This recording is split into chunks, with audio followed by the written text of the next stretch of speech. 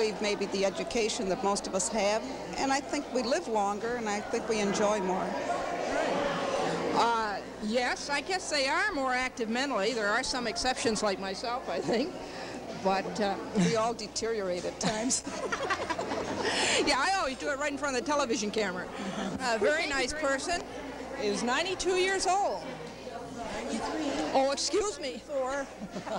Not 92, 93 you are. Yeah, 93. 94 in December. Do you think that Americans are getting lazier?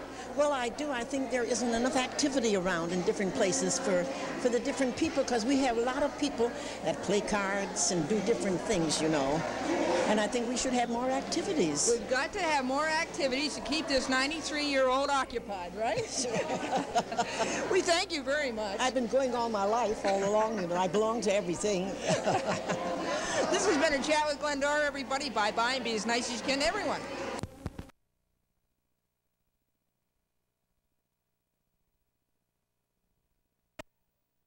How are you today? Ladies, give me your opinion on my question for today. Do you think it's wrong for a person to lose his or her temper? Yes. Mm-hmm. I do think so. I do. Do you? Yes, I do, because I don't lose mine very, very seldom. Very seldom. Neither do I'm I. too easygoing, I that's count for sure. 10. You count 10? Is that how you do it? Or I walk away. Or walk away, right? Oh, definitely. Oh, yeah, I think so.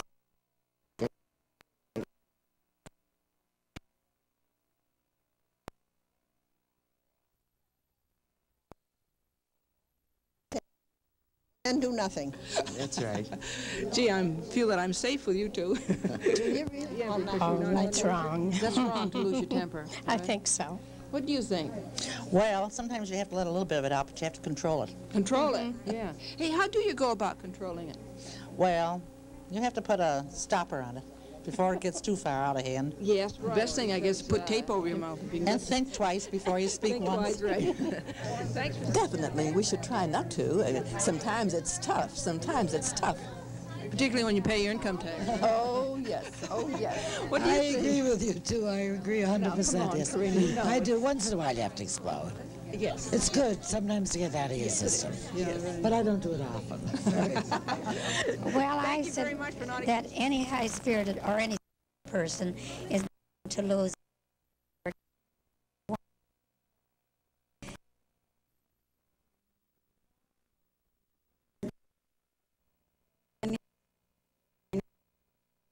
Holiday. That's right. You don't have to be excited about it.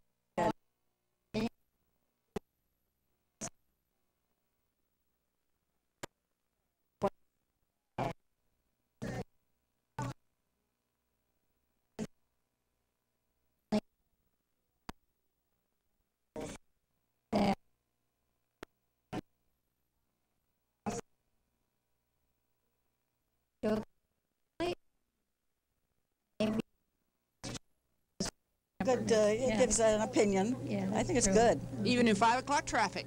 Yes, and true. Well, even the traffic right now. This has been a chat with Glendora, everybody. Bye-bye, and be as nice as you can to everyone.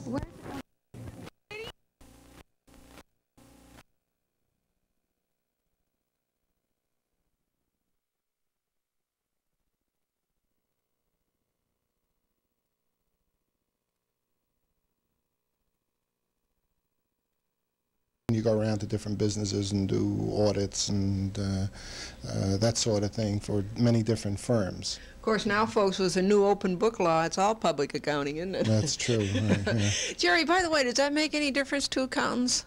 That public, you know, open your books have to be open to the public? Well, it makes a difference in the way statements and financial statements, rather, are handled.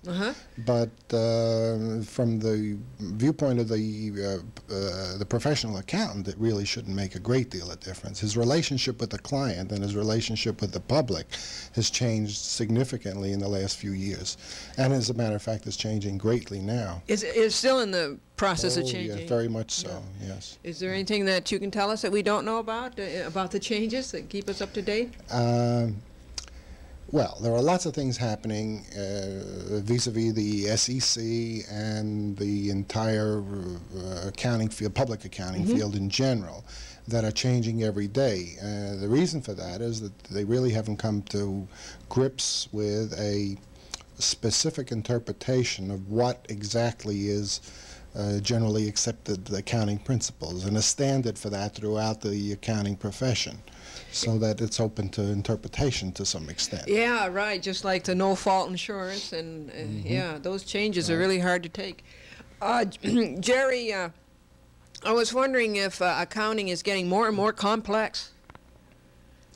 Well, it's getting more and more complex because of the change in the role of the public accountant and his relationship with his client, and the relationship and his responsibility, rather, to the public. That's the problem right now. And that's where a lot of activity is going on to try to stabilize that. There have been a number of public accounting firms that have been sued or been named in suits recently, and they've been held responsible by some of the court decisions. In that, in the way they presented their statements, okay, and in the way they handled their audits. And some of them have been convicted, and some principals in some companies, and some companies themselves. Others have been held to be not responsible. But the whole field is changing because of what is expected from public accountants when they present a financial statement. Okay, very important on how a statement is interpreted by the public, especially a potential investor in a public company. When he reads a statement, and if the accountant's statement says that, in their opinion, this statement represents the financial status of the company at that particular time, the question then is, what does that mean to a possible investor when he's interpreting that statement? Okay? Yes. And it could be misleading, or it could be leading him on to make an investment in a not so sound financial company. Right. Did you read about the case there where the New Haven Register bought the Hartford Times, and now the New Haven Register is suing the Hartford Times because they thought that it was misrepresented in their accounting? I'm not familiar with that one, but there have been several others. Several others like that. Yeah. Gerald Karras is a senior vice president, and that's like an executive vice president, or? Similar. It's the second administrative person in the radio division of Metro Media. The first person, obviously, is the president of the division. Yeah, these accountants, you know, they really go high. They really do, and that's what a company admires the most. I noticed that when I worked for General Electric. They had the greatest respect for their accountants, and that's where the promotions came from. Well, I think it's very important today in general in the business atmosphere and the business environment. Companies, they seem to be more and more recognizing the importance of financial people, as opposed to the traditionally creative and salespeople. Me. Well, it's true. And in a way, it's a good thing, I think. Yeah, it's been that way for years. You know, it's the accountants who really get the promotions. Our company happens to be one of the ones that places a great deal of emphasis on our business people, and I think for the good, generally speaking. Now, you started to tell us you went to college where? I went to college in Los Angeles, California, a small school by the name of Woodbury College. Oh, I've heard of that. I got my degree in accounting there, and then came back east, went into private accounting. In New York City? In New York City with an artist management firm that managed professional people. I didn't think artists were manageable. Okay, Jerry. These are not painters. These were artists, yeah, I understand. lecturers and actors and that sort of thing. That sort of artist.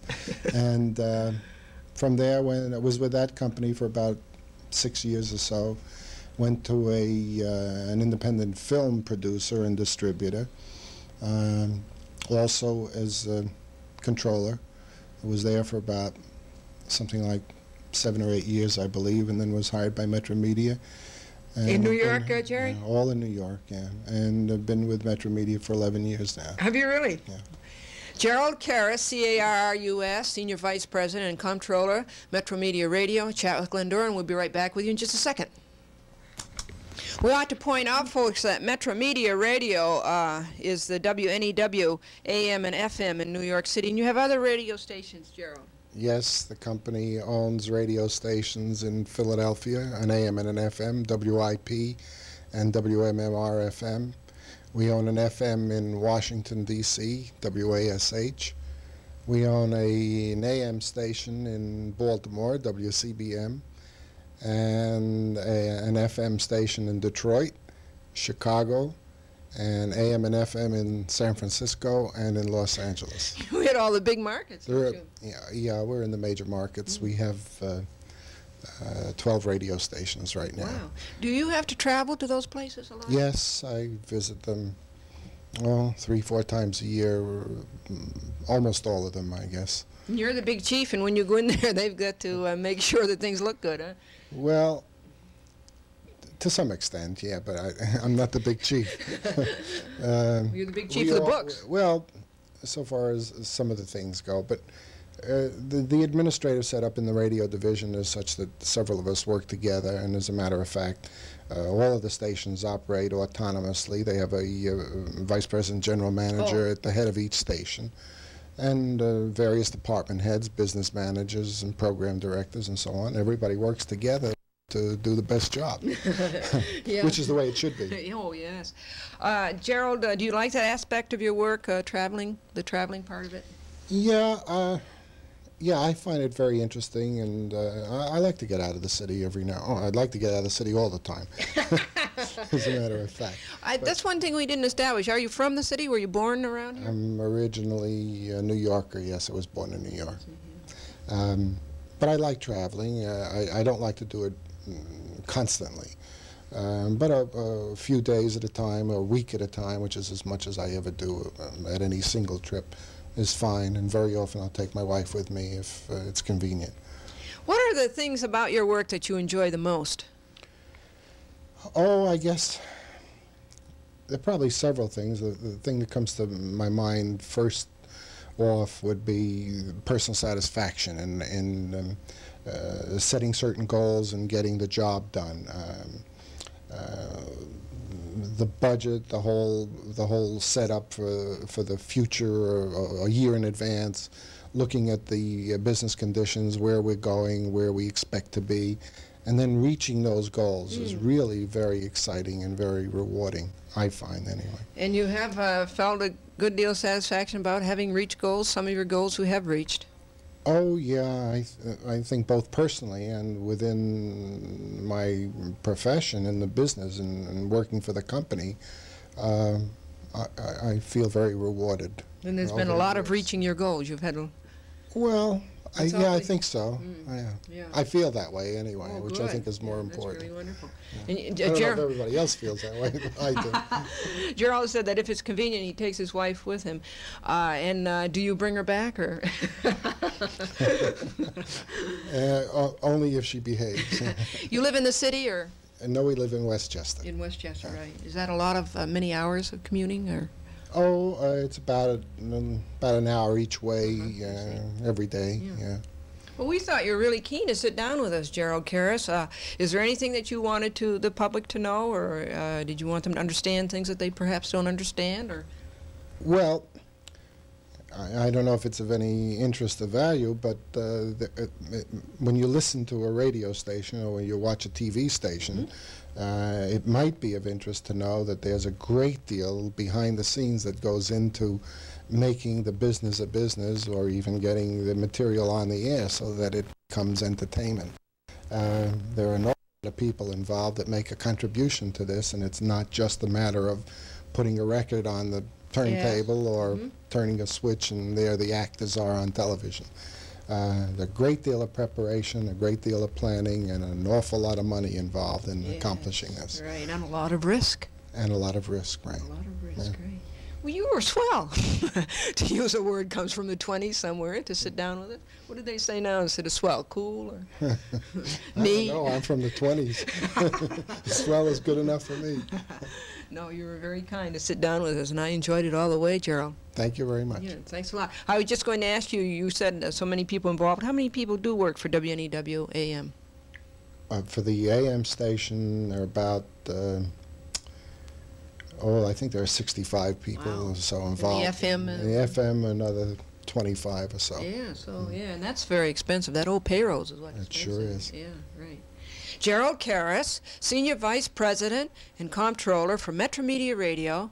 Bye-bye, everybody. To chat with Glendora and be as nice as you can to everyone.